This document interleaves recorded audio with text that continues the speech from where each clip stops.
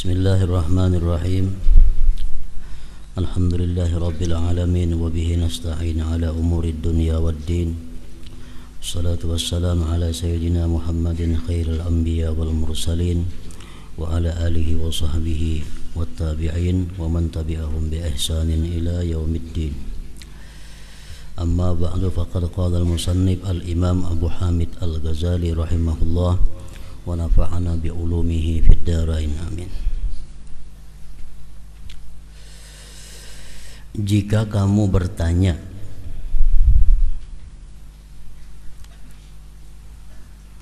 apabila kamu bertanya,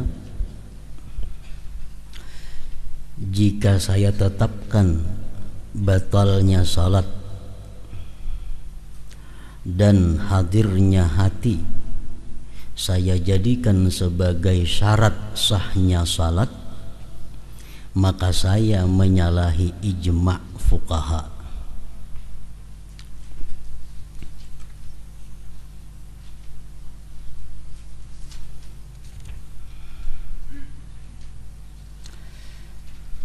Karena mereka tidak mensyaratkan kecuali hadirnya hati ketika takbiratul ihram.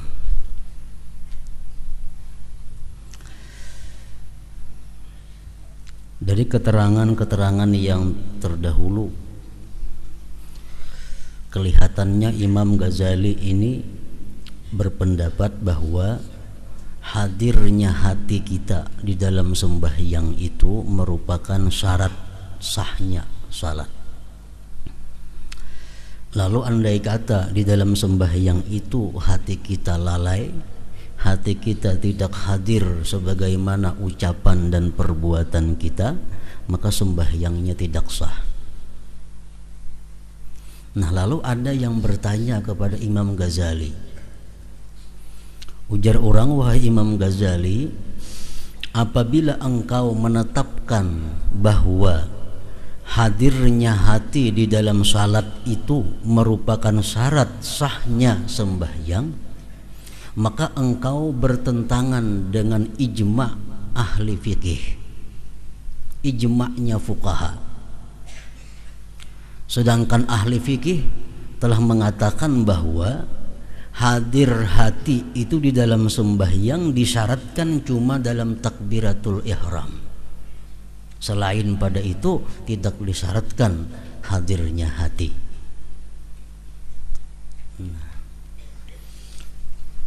Samuaan kita sembahyang, waktu kita mengucap takbiratul ihram Allahu Akbar, di situ hati kita hadir semuaan. Hadirnya apa hati kita waktu mengucap Allahu Akbar itu? Bahwa aku sembahyang fardu maghrib ini 3 rakaat karena Allah Ta'ala. Nah, ulama-ulama fikih mereka mensyaratkan hadir hati itu cukup dalam takbiratul ihram saja. Sesudah itu kada jadi masalah, baik hati kita hadir atau hati kita lalai, sembahyang sudah sah. Apabila Imam Ghazali mensyaratkan hadirnya hati ini pada seluruh sembahyang, bukan hanya dalam takbiratul ihram, berarti jero orang pian itu bertentangan dengan kesepakatan ulama fikih. Bertentangan dengan ulama fikih. Karena mereka hanya mensyaratkan hadir hati dalam takbiratul ihram. Nah, Imam Ghazali menjawab, maka ketahuilah bahwasanya telah terdahulu dalam kitabul ilmi bahwa para fuqaha, fuqaha itu jamak daripada faqih. Faqih orang yang ahli ilmu fikih. Kalaunya banyak disebut fuqaha. Bahwa para fuqaha itu tidak mengulah mengenai batin.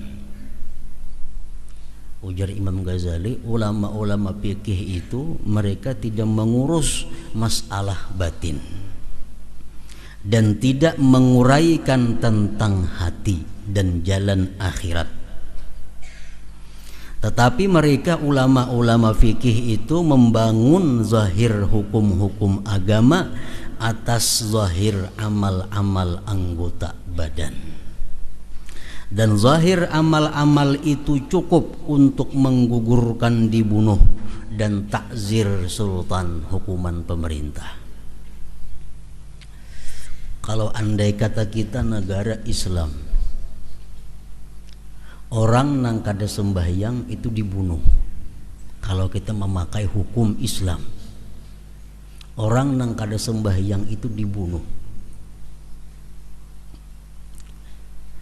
Nah, lalu kalau ada orang sembahyang, khusyukkah, kadakah, hatinya lalaikah, hadirkah, tapi ianya sembahyang, dia selamat sudah daripada dibunuh dan dihukum oleh kerajaan. Nah, tugas ulama fikih hanya untuk itu. Tugas ulama fikih hanya untuk menyelamatkan manusia, jangan sampai kena hukum bunuh, jangan sampai kena hukuman raja. Masalah sembahyangnya itu hatinya hadir, masalah sembahyang itu diterima Allah, itu bukan lagi wewenang ulama fikih, bukan lagi urusan fikih. Nah, jadi ujar Imam Ghazali, ulama fikih hanya tugasnya untuk membangun zahir sembahyang, sehingga dengan itu orang selamat daripada dihukum oleh kerajaan. Perkara inya di sisi Allah sembahyangnya khusyuk kada, urusan lain dari ulama fikih. Oleh karena itu ada ungkapan dari para orang terdahulu, dari para imam-imam, bahwa man tafaqqaha wala tasawwafa faqad tafassaqa. Man tafaqqaha, barang siapa belajar fikih, wala tasawwafa, dan tidak belajar tasawuf, faqad tafassaqa, dia menjadi orang yang fasik. Inya mengaji fikih aja, tasawuf kada dikajinya. Fikih hanya untuk menyelamatkan dia dari hukuman dunia, sedangkan untuk tasawuf itu menyelamatkan hukum akhirat. Kalau kita hanya belajar fikih tanpa tasawuf, kita jadi orang fasik. Contohnya, orang hanya belajar fikih zakat. Zakat itu adalah sesuatu yang sampai nisab, sampai haul tahun. Nah, sekarang kita berisi umpamanya emas 100 gram dalam bentuk bukan perhiasan, berisi emas biji 100 gram. Kita ingun emas ini sampai setahun, wajib kita mengeluarkan zakat 2,5 atau 1/40. Apabila kurang dari 1 tahun, walaupun kurangnya 1 jam, kita kada wajib mengeluarkan zakat. Nah, jadi bagi ulama fikih, kita berisi emas biji 100 gram, kita simpani bulan demi bulan. Isuk kayaknya emas ini sesudah zuhur sampai setahun, karena dulu aku nukar imbah zuhur kayaknya sampai setahun. Paginya emas tuh kujual untuk supaya jangan kena zakat. Nah, dia menurut hukum fikih terhindar daripada zakat. Kenapa? Karena sudah hilang daripada miliknya. Nah, bagi orang-orang yang berilmu tasawuf, ini adalah merupakan satu cara penghindaran diri daripada hukum Allah Subhanahu wa taala, dan ini bisa menyebabkan dia fasik. Nah, contohnya yang lebih mudah lagi, umpamanya kita berisi toko atau kendaraan, kita tawarkan dengan palkat di muka, kendaraan ini mau dijual, hubungi nomor telepon sekian. Bila kendaraan itu berpasang tanda dijual tadi sampai setahun kada payu, kemudian payu, wajib dizakati. wajib dizakati. Nah, untuk menyelamatkan supaya jangan sampai kena zakat, isuk kayaknya sampai setahun memasang palkat dijual tadi, cabut hari ini dulu. Cabut. Sehingga hari ini motor kada dijual. Jadi kada sampai setahun. Nah, limpuwa isuk kayaknya sehari pasang pulang palkat mobil mau dijual. Nah, menurut hukum fikih dia selamat. Kalau orang itu kada berzakat itu ditangkap oleh pemerintah Islam, dihukum. Nah, untuk menghindari hukum, dia sudah terhindar daripada hukum. Karena dia sudah kada wajib zakat, karena pada hari sampai itu kada dijualnya lagi motornya. Tapi bagi ilmu tasawuf ini merupakan mengulu-ulu hukum Allah Subhanahu wa taala, dan ini mengakibatkan fasiknya seseorang. Nah, sama sembahyang tadi. Kalau kita sembahyang sesuai syaratnya, sesuai rukunnya, sesuai bacaannya, gerak-geriknya pas, sembahyang kita itu sudah dianggap oleh ulama fikih sah, dan dia selamat daripada ancaman hukuman dari pemerintah Islam. Tapi kalau sembahyangnya kada khusyuk, sembahyangnya kada hadir hatinya, tertolak di sisi Allah. Nah, ulama fikih kada mengurus urusan Allah Ta'ala itu, hanya mengurus bahwa dia ini selamat daripada hukum dunia. Nah, jadi kada kawa dibandingkan antara fikih dan tasawuf, cuma kedua-duanya wajib dikuasai, wajib dipelajari. Sebab kalau kita hanya mempelajari fikih tanpa tasawuf, kita akan menjadi orang yang fasik tadi.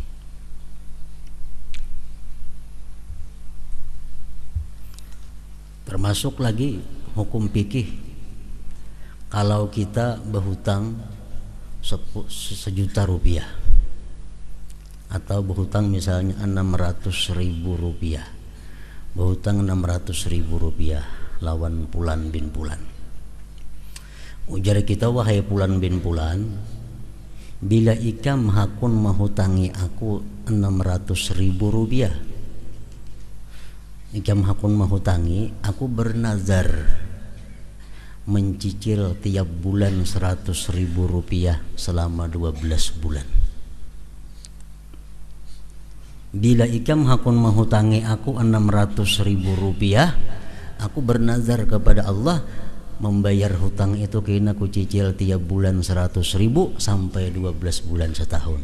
Jadi bayarnya 1.200.000. Nah, ini kada riba menurut ulama fikih. Kada riba. Kenapa? Karena itu nazar dipakainya kalimatnya. Kada riba. Amunnya langsungnya berhutang 600.000, karena aku bayarnya 1 juta, itu riba menurut ulama fikih. Tapi kalau kita pakai istilah nazar tadi, itu sudah kada riba lagi. Nah, menurut orang-orang tasawuf itu lebih berat daripada riba lagi yang pakai nazar tadi, karena itu mengulu-ulu hukum Allah Subhanahu wa taala. Nah, itu perbandingan antara fikih dan tasawuf. Siapa yang hanya belajar ilmu fikih tapi kada belajar tasawuf, tafassaka, dia akan menjadi orang yang fasik.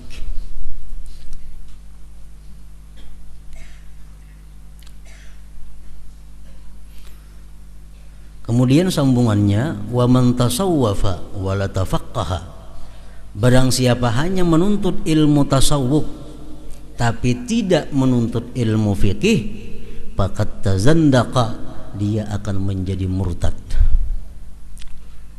Tasawuf saja dikajinya, fikih kada, tazandaqa, dia akan jadi murtad.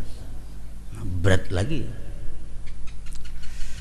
Orang yang bertasawuf, orang yang selalu hubungannya kepada Allah Subhanahu wa taala. Melihat buah orang itu buah ampun Allah taala, boleh aja dimakan. Kadang menghimbau lagi urusan syariat. Ada sepeda motor orang, ini ampun Allah taala kau aja dipakai. Nah, itu ilmu tasawuf, fikihnya kada ada. Kalau kita demikian prinsip kita, tazandaqa, kita jadi murtad. Kada perlu sembahyang, rukuk, sujud, yang penting ingat lawan Allah taala cukup sudah. Itu tasawuf. Tapi kada berfikih, nah murtad jadinya. Nah, itu wa man tafaqqaha wa tasawwafa, siapa yang belajar fikih kemudian dia belajar tasawuf, faqad sa'ida, maka dia sungguh beruntung. Nah, Dia belajar fikih untuk membujurakan ruku, sujud, takbiratul ihram, dan dia belajar tasawuf untuk mengisi apa yang dilakukan hati waktu sujud, apa yang dilakukan hati waktu ruku. Nah, tasawufnya. Kalau kita belajar keduanya diganding fikih dan tasawuf, pakat saida, beruntung. Nah, jadi urusan fikih hanya urusan dunia. Adapun bahwasanya itu bermanfaat di akhirat, adapun bahwasanya itu bermanfaat di akhirat, maka bukan termasuk batasan-batasan fikih. Di zaman Rasulullah Sallallahu Alaihi Wasallam, para sahabat ini disuruh berperang. Siapa yang mengucap kalimat syahadatain, terpelihara darahnya dan hartanya. Walaupun yang mengucap itu hanya di lisannya, tapi hatinya kadang mengakui dia selamat sudah dirinya dan hartanya. Itu fikih.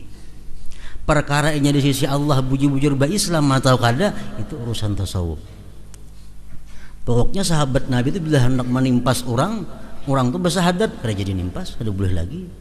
Karena dia zahirnya sudah bersahadat. Nah, apakah syahadat sampai ke hatinya atau kada, itu bukan urusan fikih lagi. Yang penting fikih ini menyelamatkan dia daripada dibunuh karena sudah mengucap 2 kalimat syahadat. Adapun bahwasanya itu bermanfaat di akhirat, maka bukan termasuk batas-batas fikih. Dan bacaannya tidak mungkin untuk mengaku ijma. Tadi kan dikatakan kalau pian Imam Ghazali mengatakan bahwa hadir hati di dalam sembahyang itu merupakan syarat sahnya sembahyang, berarti pian menyalahi ijma. Ugesidin kadakawa dikatakan menyalahi ijma. Kalau aku katakan bahwa hadir hati dalam sembahyang itu adalah merupakan syarat sah salat, itu bukan menyalahi ijma. Karena kada semua ulama seperti ulama fikih tersebut. Telah dinukil dari Bishr bin al-Harith mengenai apa yang diriwayatkan oleh Abu Talib al-Makki dari Sufyan ats-Tsauri bahwasanya ia berkata, siapa yang tidak khusyuk maka salatnya rusak. Nah, jadi Imam Ghazali kada aku sorangan yang mengatakan itu. Nang lain pun banyak juga yang sependapat lawan aku bahwa siapa sembahyangnya kada khusyuk sembahyangnya rusak. Antara lain Sufyan Tsauri bahwasanya ia berkata siapa yang tidak khusyuk maka salatnya rusak. Dan diriwayatkan dari Al-Hasan Basri bahwasanya beliau berkata, setiap salat yang mana hati tidak hadir padanya, maka salat itu lebih cepat kepada siksaan. Salat yang hatinya tidak hadir itu lebih cepat mendatangkan siksaan daripada mendatangkan manfaat. Dan dari Mu'adz bin Jabal, barang siapa mengetahui orang yang di sebelah kanan dan kirinya dengan sengaja padahal ia di dalam salat, maka tidak ada salat baginya. Banyak saja kawan Imam Ghazali, bukan aku seorangan yang berpendapat itu bahwa hadir hati itu syarat dalam sembahyang. Kita sembahyang Allahu Akbar, sembahyang kita.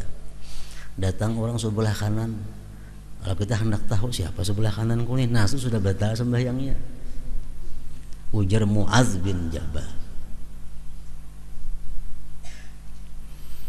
barang siapa mengetahui orang yang di sebelah kanan dan kirinya dengan sengaja padahal ia di dalam salat, maka tidak ada salat baginya. Kada sembahyang lagi ngarannya itu, karena hendak tahu sudah.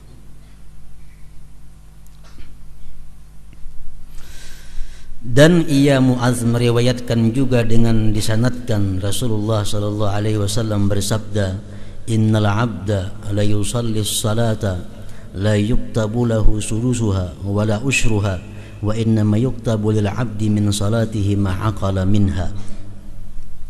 Artinya sesungguhnya hamba salat dengan suatu salat tidaklah ditulis 1/6 baginya dan tidak 1/10-nya, namun yang ditulis bagi hamba itu dari salatnya sesuatu yang dipikirkan daripadanya. Jadi seapa kita bisa hadir hati dalam sembahyang, itulah yang dicatat sebagai sembahyang oleh Allah Subhanahu wa taala. Yang mana hati kita kada hadir itu diliung, kada dicatat.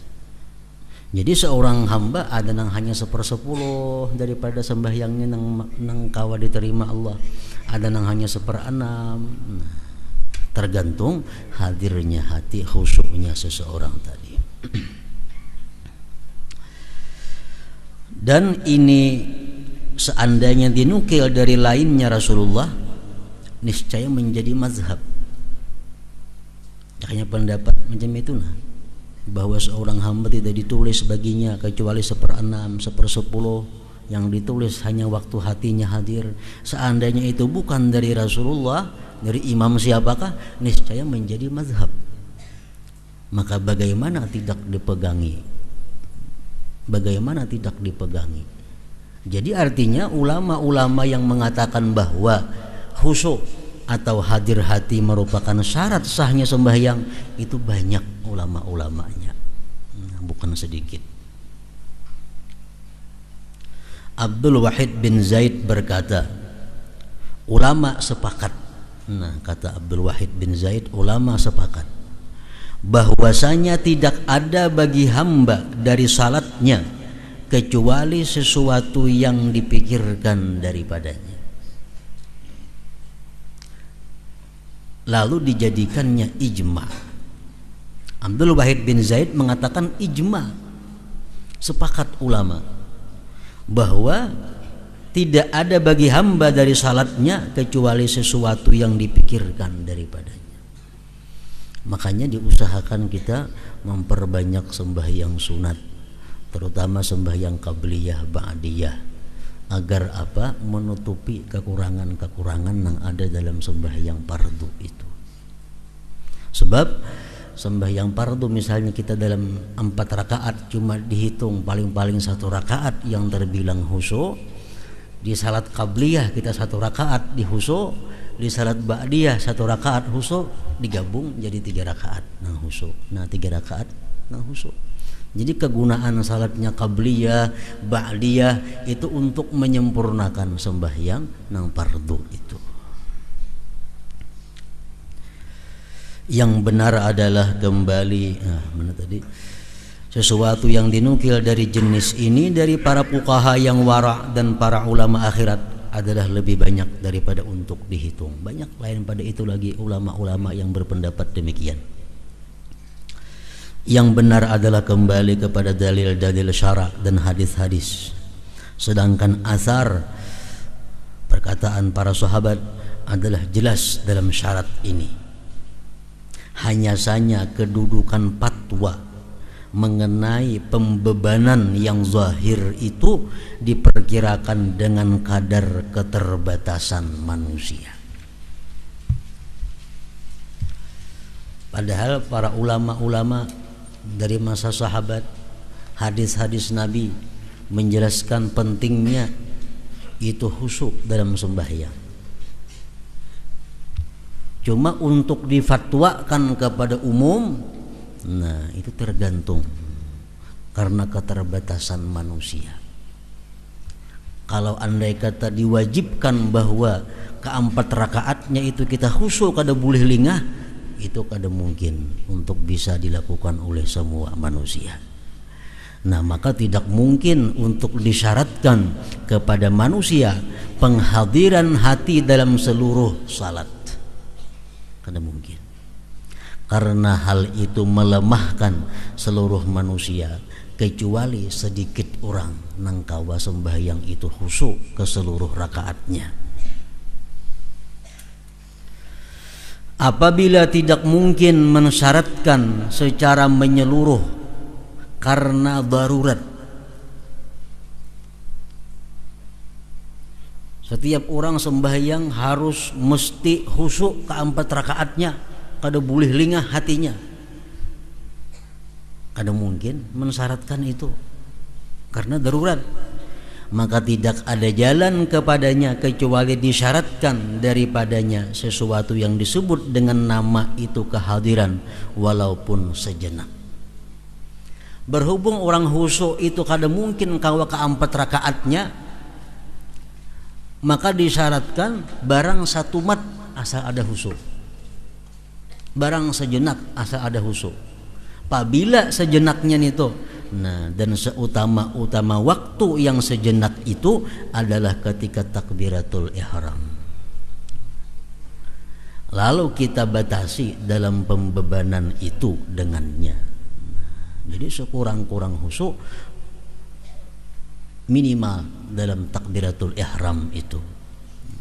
Karena kalau kita katakan bahwa seluruhnya mesti khusyuk, itu kada kawa. Lalu hukumnya hukum darurat jadinya, hukum darurat. Dalam pada itu kami berharap agar tidak adalah keadaan orang yang lalai itu dalam seluruh salatnya kecuali ketika takbiratul ihram, tertinggal kecuali ketika takbiratul ihram.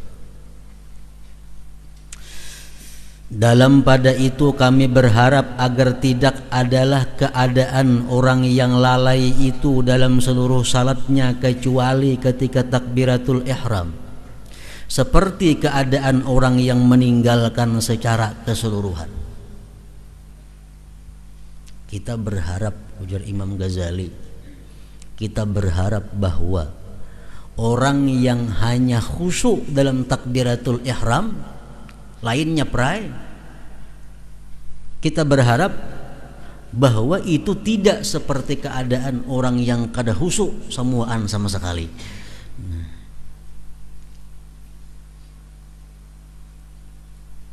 Mulai Allahu Akbar sampai salamnya kada khusyuk. Nah, kita berharap orang nang khusyuk hanya hingga takbiratul ihram lebih baik daripada itu.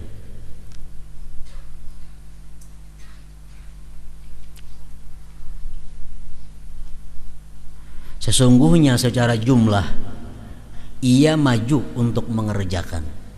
Orang yang sembahyang tadi, dia maju sudah mengerjakan salat zahirnya dan menghadirkan hati sejenak ketika takbiratul ihram. Itu sudah, dia sudah punya etikat baik sembahyang, dia kawa hadir hati walaupun hanya takbiratul ihramnya aja, itu sudah baik. Ketimbang orang nang mulai awal sampai akhir kada ada hadirnya. Nah, kita berharap macam itu yang pertama lebih baik. Bagaimana tidak orang yang salat dengan berhadas karena lupa, maka salatnya batal di sisi Allah Ta'ala. Tetapi ia mendapat pahala sesuai dengan perbuatannya dan atas kadar kelalaian dan uzurnya. Kan sudah dibikin peraturan dalam hukum fikih. Kalau kita ragu-ragu, apakah aku ini batal kah wudu, kada kah? Batal kada. Fikih sudah menetapkan itu kada batal. Lain halnya kita ragu-ragu, aku tadi berwudu kah belum kah? Fikih menetapkan belum. Walaupun kita sudah berwudu. Tapi karena ragu-ragu asa berwudu asa belum, fikih menetapkan belum artinya. Nah, lain kalau batal, aku ini batal kah kada kah? Tadi berwudu mbah maghrib, asa batal asa kada, fikih menetapkan itu kada batal. Walaupun inya batal pada sebenarnya, tapi hukum fikih mengatakan itu kada batal. Nah, sembahyangnya di sisi Allah sembahyangnya kada sah. Tapi tetap dia diberi pahala oleh Allah, tetap diberi pahala. Kenapa? Karena dia mengamalkan hukum itu. Tetap diberi pahala oleh Allah Subhanahu wa Ta'ala, walaupun kada pahala sembahyang. Karena sembahyangnya di sisi Allah batal.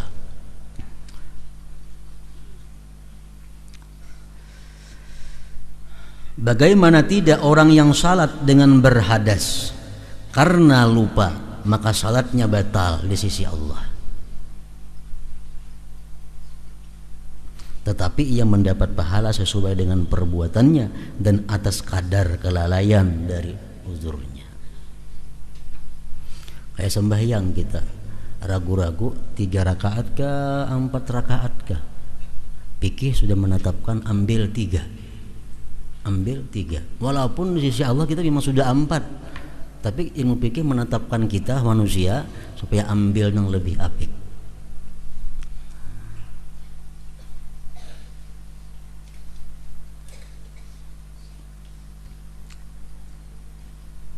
Atas harapan ini, harapan yang mana? Harapan bahwa orang yang sembahyang husuknya hanya takbiratul ihram, yang lainnya prai. Harapan lebih baik dari orang yang kada husuk sama sekali. Itu harapan macam itu. Tapi ada juga khawatirnya. Maka dikhawatirkan keadaannya itu lebih keras daripada keadaan orang yang meninggalkan. Jadi kemungkinan ada juga ujar Imam Ghazali, orang yang sembahyangnya hanya khusyuk di takbiratul ihram, nang lainnya prai, itu bisa juga mungkin lebih buruk daripada orang nang mulai awal sampai akhir kada khusyuk. Nah, 2 kemungkinan. Kita berharap orang nang khusyuk hanya takbiratul ihram lebih baik daripada nang kada khusyuk sama sekali. Tapi bisa jadi orang nang khusyuknya prai sama sekali lebih baik daripada orang yang hanya husuknya cuma takbiratul ihram. Nah, itu bahayanya ada, khawatirnya di situ. Sebab bandingannya ada. Bagaimana tidak? Orang yang menghadiri pengabdian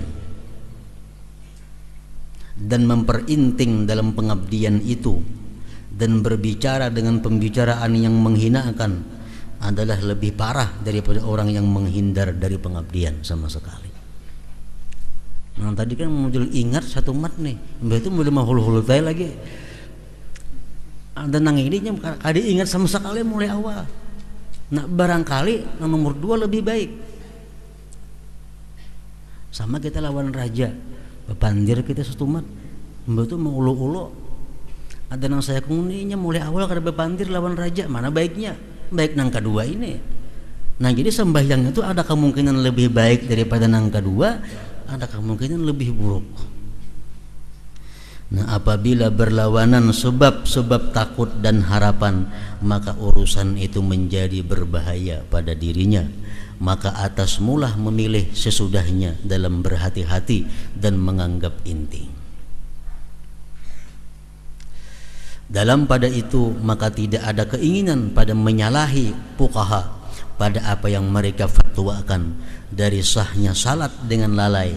Sesungguhnya hal itu termasuk fatwa darurat sebagaimana perhatian yang terdahulu.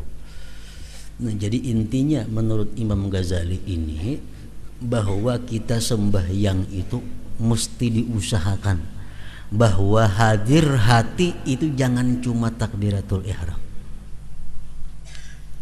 Hendaknya waktu rukuk hati kita ada juga hadir, walaupun rukuk nang pada rakaat nang kaberapa kan hadir, pokoknya asal ada lebihnya daripada takbiratul ihram. Sebab kalau kita hanya khusyuk cuma ingat Allahu Akbar takbiratul ihram, itu hanya menurut fikih aja semacam nang sah. Menurut ulama-ulama lain tadi belum cukup syarat sahnya. Nah, jadi takbiratul ihram Allahu Akbar, kita hadir benar hati itu kita sembahyang zuhur menghadap kiblat mengikut imam karena Allah. Jangan ke situ aja hati hadir, tambahi di lain-lain lagi. Waktu ruku kakeknya hadirkan hati, sujud hadirkan hati. Nah, supaya sembahyang kita ini ada bagian daripada tasawufnya, bukan hanya fikihnya. Barang siapa yang mengetahui rahasia salat, maka ia mengetahui bahwa lalai itu berlawanan dengannya salat.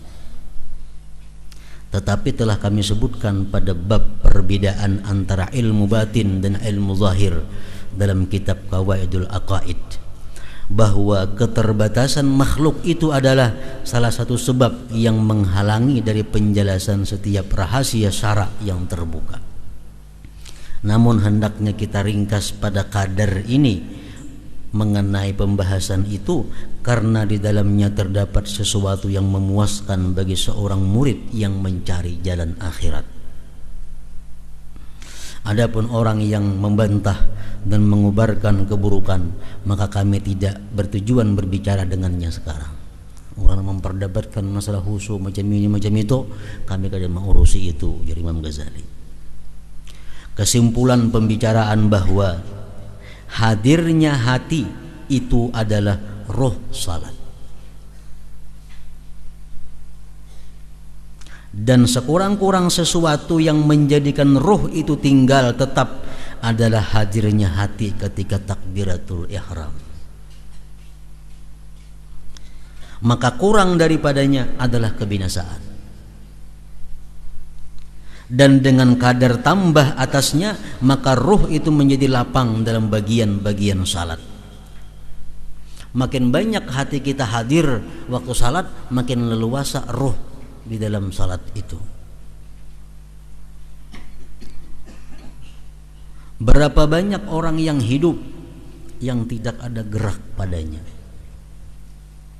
Banyak orang yang hanya bernapas saja, tapi kadang kau menggerakkan tangan, kadang kau menggerakkan batis, apalagi menggerakkan awak, kadang kawa, padahalnya bernapas saja, hidup saja. Nantilah manfaatnya, kadang kau lebih manfaat lagi, bahkan menyusahkan nang sihat, menyusahkan nang hidup. Tapi hidupnya. Berapa banyak orang yang hidup yang tidak ada gerak padanya, dekat dengan orang yang mati, parak sudah lawan mati. Maka salat orang yang lalai pada seluruh salatnya kecuali ketika takbiratul ihram adalah seperti orang yang hidup yang tidak ada geraknya. Roh ditenggorokan sudah, bernapas saja, bernapas dikiyau ada mendengar lagi, ibadahi kada pinandu lagi, ngerakakan tangan kada kawa lagi, kutu-kutu pehinak, hidup aja nya. Dipatak salah dia masih hidup, ada dipatak dia kada kenapa-napa lagi. Nah itu sama orang nang sembahyang hanya khusyuk hingga takbiratul ihram, hidupnya bebaya hidup. Maka salat orang yang lalai pada seluruh salatnya kecuali ketika takbiratul ihram adalah seperti orang yang hidup yang tidak ada geraknya. Kita memohon kepada Allah akan baiknya pertolongan Allah Subhanahu wa taala. Nah, penjelasan mengenai makna-makna batin yang menyempurnakan hidupnya salat. Ketahuilah bahwa makna-makna ini banyak ungkapan-ungkapan tentangnya, tetapi menghimpunkan akan dia oleh 6 kalimat secara jumlah. Bila 6 kalimat ini ada pada diri kita waktu salat, salat kita hidup sempurna. Hadirnya hati. Yang kedua pemahaman. Yang ketiga pengagungan. Yang keempat haibah. Yang kelima harapan. Yang ketujuh dan malu. Yang keenam dan malu. Hadirnya hati, pemahaman, pengagungan, haibah, harapan dan malu. Nah 7 sifat itu kalau ada dalam hati kita waktu sembahyang kita hidup bermanfaat. Maka hendaklah kami sebutkan perincian-perinciannya, kemudian sebab-sebabnya, kemudian pengobatan dan pengusahaannya. Adapun perincian-perincian itu, maka yang pertama adalah 1. Hadirnya hati. Apa dimaksud dengan hadirnya hati itu? Sembahyang hendaklah dihadirkan hati. Apa maksudnya hadir hati ini tuh? Kami maksudkan dengannya adalah hati itu kosong dari selain apa yang bercampur padanya dan bercakap-cakap dengannya. Maka ilmu tentang perbuatan dan perkataan itu menjadi disertakan dengan keduanya, dan pikiran itu tidak menembus pada selain keduanya. Itu ngarannya hadir hati. Mulut kita membaca Bismillahirrahmanirrahim, hati pun Bismillahirrahmanirrahim juga. Mulut kita membaca Alhamdulillahirabbilalamin, hati pun membaca Alhamdulillahirabbilalamin juga. Awak kita ruku, hati pun sadar bahwa aku ini sedang ruku. Kita i'tidal, hati kita sadar bahwa kita sedang i'tidal. Nah itu ngarannya hadir hati.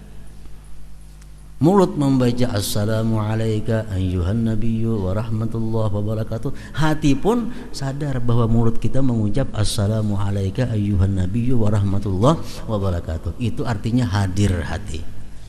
Bila hati kita di luar daripada gerak-gerik tubuh, hati kita di luar daripada apa yang kita ucapkan, lalai ngarannya, lingah ngarannya. Manakala pikiran berpaling dari selain dari sesuatu yang ia padanya, dan di dalam hatinya ingat kepada sesuatu yang ia padanya, serta ia tidak lalai dari segala sesuatunya, maka telah tercapailah kehadiran hati. Itu artinya hadir hati. Walaupun kada paham kadang apa artinya ya kana abudun itu, artinya kada tahu, cuma mulutnya mengucap, hatinya kayak itu juga, iyyaka na'budu juga, hadir ngarannya. Mulutnya kada tahu apakah artinya qul ya ayyuhal kafirun, tapi mulutnya mengata qul ya ayyuhal kafirun, hatinya pun mengata qul ya ayyuhal kafirun. Nah itu sudah hadir ngarannya hati. Bila kita kau macam itu, kita sudah dapat 1/6 daripada khusyuk ngarannya, 1/6 daripada khusyuk. Yang kedua, pemahaman. Tetapi pemahaman bagi makna al-kalam, pemahaman makna ucapan kita adalah urusan yang dibalik hadirnya hati. Pemahaman itu lain lagi. Hati kita hadir belum tentu paham. Hati kita mengatakan sesuai mulut iyyaka na'budu wa iyyaka nasta'in, belum tentu hati kita mengerti apa itu. Nah, adalah urusan yang dibalik hadirnya hati. Barangkali hati itu hadir bersama lafaz, namun tidak hadir bersama makna lafaz. Karena kada tahu maknanya. Maknanya kada tahu, jadi mulut mengata alhamdulillahirabbil alamin, hati pun juga alhamdulillahirabbil alamin. Nah, apa maknanya kada tahu. Maka mencakupnya hati terhadap ilmu dengan makna lafaz, itulah yang kami maksudkan dengan pemahaman. Nah, kalau kita misalnya mulut mengata alhamdulillahirabbil alamin, hati pun sadar bahwa kita mengata alhamdulillahirabbil alamin, dan kita paham itu artinya alhamdulillahirabbil alamin, berarti dapat 2/6 daripada khusyuk. 2 sudah dapat. Hadir hati sebuting, pahamnya sudah. Mulut kita mengata at-tahiyyatul mubarakatus salawatut tayyibatu lillah, hati kita pun mengiringi at-tahiyyatul dan paham hati kita at-tahiyyatun apa maksudnya, artinya. Nah, paham. Nah, itu sudah, kalau macam itu dapat 2 sudah kita. 2 dari 6.